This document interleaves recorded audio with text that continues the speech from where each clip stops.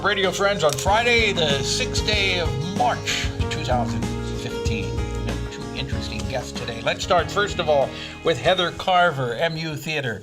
Pleasure to see you again, Heather. Thanks for having me. And what's the production we're talking about today? Oh, we're talking about next week. We're opening Argonautika by Mary Zimmerman. Argonautika. Tell me about it. Argonautika. Well, it is, Mary Zimmerman is an adapter of Greek myths. She actually adapts many stories that she puts together into wonderful theatrical moments on the stage. And Cheryl Black's going to direct this production with a very large cast, and this is the story of the entire voyage of Jason and the Argonauts. So, you know, people who are familiar with Jason and the Golden Fleece are going to know this story, but it's retold. So this is a pretty big production. Oh, yes. When you say a large cast, how many people are you talking about? Well, it's going to be fun because it's going to be in our Corner Playhouse, which is actually our experimental black box theater.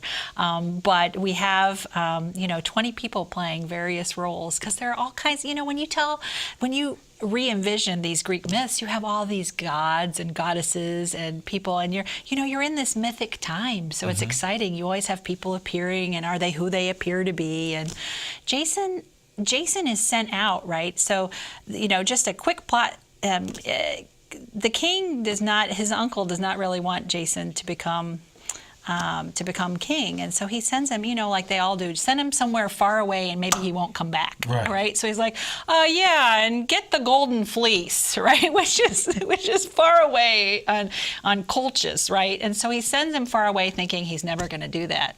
But of course, we have all these gods and goddesses that conspire to help Jason get the Golden Fleece. So is this a difficult production to do?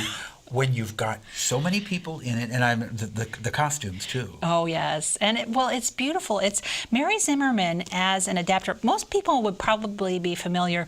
She won a Tony Award for Metamorphosis. And so she adapted Ovid's Tales of Love and went all the way to New York with it. She has a way of making this poetry just come to life. And Cheryl Black, as a director in our department, really loves the idea of, how do we create all this movement and this, the costumes and the scenery, and how do we really put the audience right at the heart of the story. And so I just think it's so exciting to have this Greek myth come alive. And who's doing the costumes? We are very excited because we have a student doing our costumes. A student's doing the costumes? Yes, and so we always have our wonderful professors and faculty in the costume shop working, but the ability to work with our students and our faculty together is something that we really enjoy. Okay. So it's exciting. The production is opening when? The production opens March 11th, so next Wednesday. Right. It'll be 7:30 at night, and it will run all the way through Sunday. But as I talked a few weeks ago, we're now having Saturday matinee. So you have a Saturday matinee and a Saturday evening show? And a Saturday evening show, and then a Sunday matinee. Only a Sunday matinee. Yeah, so it'll run at 7:30 every night, the 11th through the 15th. Okay. But on Saturday and Sunday, it'll be at 2 o'clock. And if people want tickets, the number to call is? Well, the number to call is 882-PLAY, which is 7529. However, they can go on right now, too, and do it online at theater. I have to get it right because it's TEATRE. Right. Okay. So it's theater.missouri.edu. We spell theater the classy way. Exactly. And so theater.missouri.edu, or call us. We're also there in person Monday through Friday, 2 to 5. All right. We welcome everybody to come see. I think it's going to be fantastic. Thank you, Heather. Thank you Always so much. A pleasure seeing you, and thank you for sharing that exciting information with us. 20 people in the production. I know, it's going to be great. Okay, and you open March the 11th. March the 11th. Now, something very important and big is happening the day before that, on March the 10th. You know what that is, right? What is it? Well, it's the pledge drive for KBIA, Fantastic. this very radio station that you're on right now. And we have the general manager of KBIA, Mike Dunn. Welcome to Radio Friends, Thanks Mike. for having me. This coming Tuesday, next Tuesday, you start the... bright and early. 6 o'clock in the morning, 6 right? in the morning, yep. Yeah. It's the annual spring pledge drive.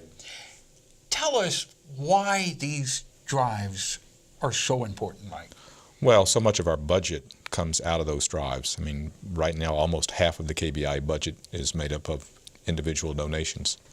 And without those, we wouldn't have programs like yours. Yeah, yeah.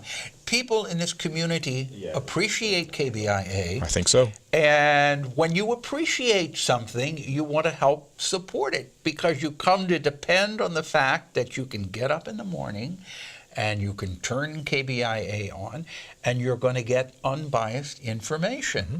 That's our goal. It's true. And it really is the only place that you can get all of the, I mean, this station, you're pumping that information out here continuously. Mm-hmm. And I think a lot of people really do appreciate that. Well, they seem to. We get a lot of calls. Yeah. Now, the fund drive will run what? Tuesday, March the 10th mm-hmm. through what? We'll end up on the 17th, but we won't be doing weekend.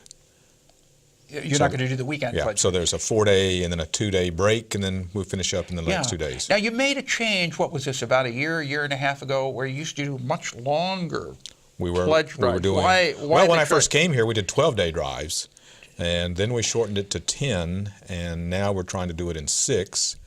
And it's less fatigue on everybody. We found out when we first started trying this that people would respond faster knowing that it was over more quickly. Mm-hmm. So that we can get back to uninterrupted programming. Right, because if it runs for 12 days, you say, oh, well, I'm going to make a pledge, but I don't have to do it today because I've got another 10 days or another. But there's more urgency if you're going to make a pledge that you've got to get it in there. At that all of a sudden you wake up and we're saying today is the last day. Yeah.